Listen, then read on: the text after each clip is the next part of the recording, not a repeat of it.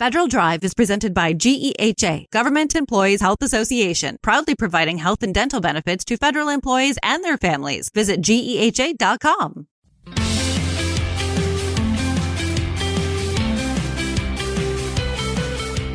Welcome back to the Federal Drive with Terry Gerton on Federal News Network.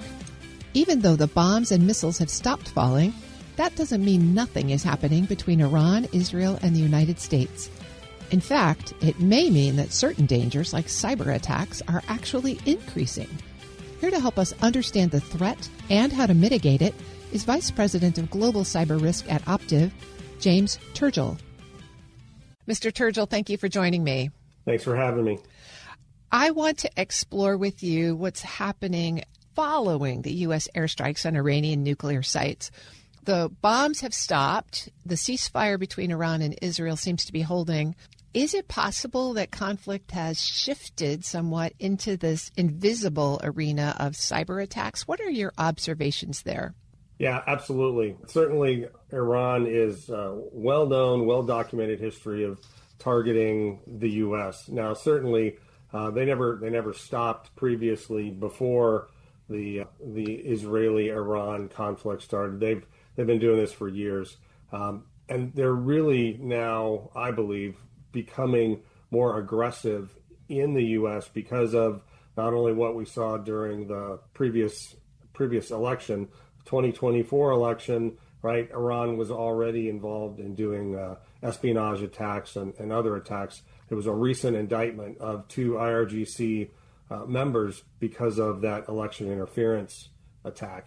But again, Iran, well-documented history targeting government entities, critical infrastructure, financial institutions, private enterprises, and especially from a strictly cyber point of view, I expect retaliation to come in the form of destructive wiperware, malware attacks, especially on the critical infrastructure piece, like water treatment facilities and power plants.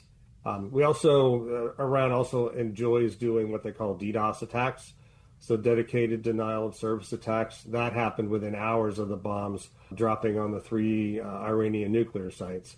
So AI will also be a big part of this as well, because they're using, all of the threat actors out there are certainly using it, but the nation states are using it at a much more involved rate.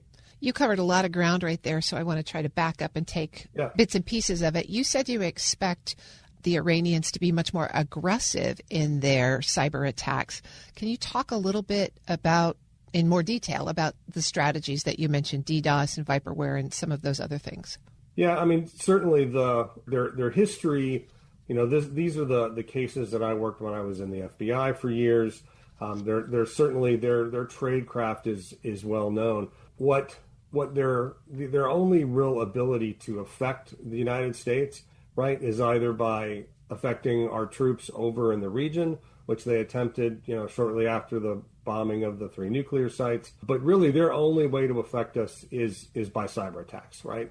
The Iran's Revolutionary Guard Corps, the IRGC, is very, very, very, very good and very, very aggressive. And what I mean about that is their ability to expand. They put a lot of time, they put a lot of state-funded money into not only the IRGC Corps that is actually going after some of these attacks, but then they have a number of proxies. One proxy, for example, is called Cyber Avengers, right? So they use all different types of attacks on industrial control systems. So that's what I mean. They're going to start to get more aggressive. We saw in November of 2023, this Cyber Avengers group actually attacked a number of different water treatment facilities in 9 different states. And so, that was, in my opinion, that they were probing, they were testing. They didn't actually change much, but we actually understood and were able to attribute those attacks back. So they actually entered the systems,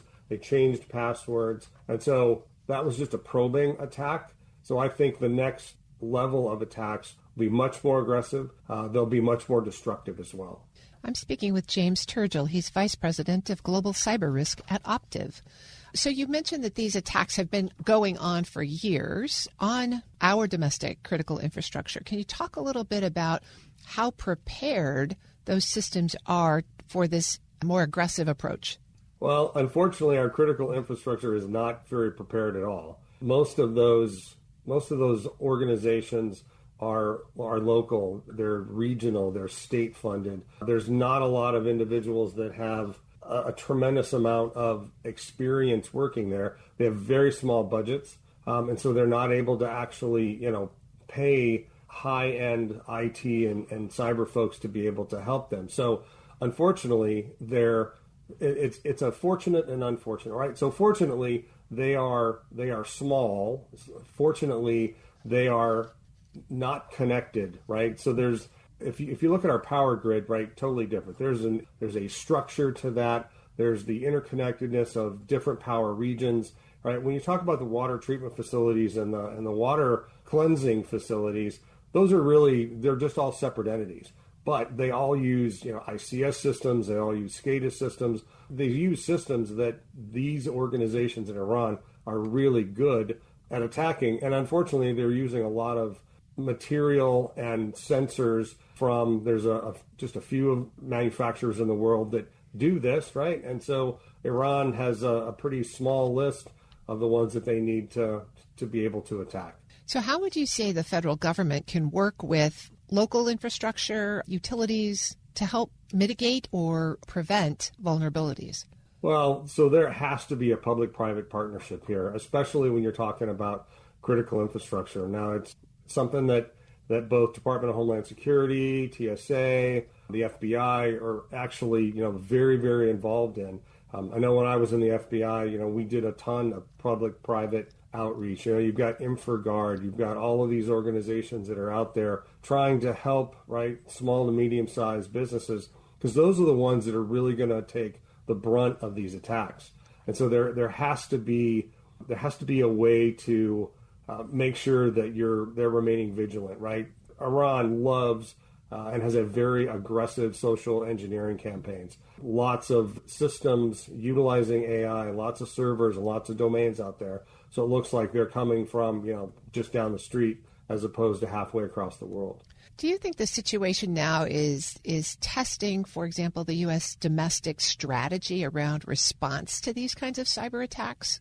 Well, so certainly with the recent revocation of a number of the previous executive orders on cyber, I'm not quite sure what the national response to it is. There needs to be a better capability, especially for the small and medium-sized businesses. Certainly the FBI and CISA are leading that fight, but there needs to be more funding for that, and there needs to be the ability to actually help these organizations not only understand, what MFA is, right? What is multi-factor authentication, right? Help them back up their critical data assets and test their incident response plans and actually help create that ecosystem that will support them and certainly defend these types of facilities.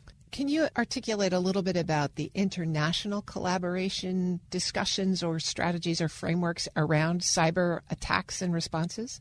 Yeah, absolutely. I mean, certainly the United States is part of the Five Eyes, right? The five intelligence countries out there. There's a broad amount of coordination, especially with the United States, the UK, Canada, New Zealand, and Australia.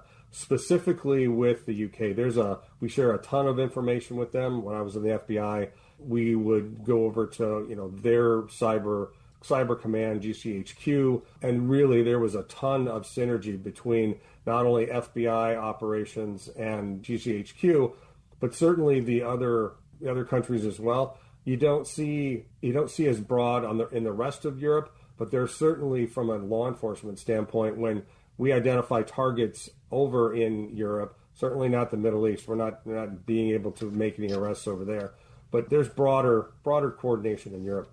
So what's your best advice now for both domestic infrastructure providers and the government as we consider this situation?